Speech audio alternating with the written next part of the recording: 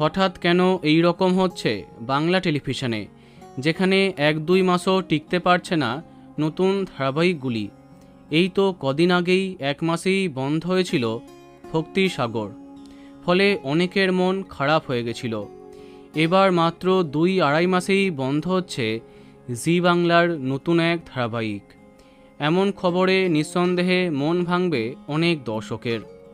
আমরা কথা বলছি জি বাংলার এই তো কদিন আগেই আরম্ভ হওয়া নতুন গল্প অষ্টমী সম্পর্কে।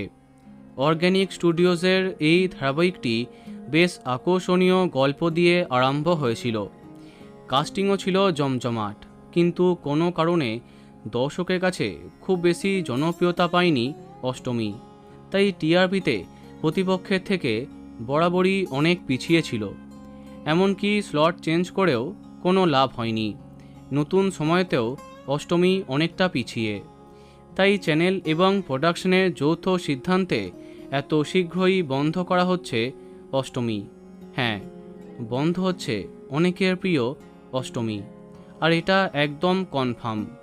সঠিকভাবে জানা যায়নি, তবে জানা যাচ্ছে এই জুন মাসের শেষ করে শেষ দিনে শ্যুট করবে অষ্টমী। আর তার পরিবর্তে আসছে ক্রেজি আইডিয়াস মিডিয়ার এক নতুন গল্প। তার নায়ক নায়িকা থেকে সব কিছু বিস্তারিত জানিয়েছি, আই বাটনে সেই ভিডিও পেয়ে যাবে। তো বন্ধুরা, কে কে মিস করবে অষ্টমীকে কমেন্টে জানাতে পারো। ভিডিওটি লাইক এবং শেয়ার করো। এই রকম আরও অনেক ভিডিও পেতে সাবস্ক্রাইব করো কারেন্ট পজ। ধন্যবাদ।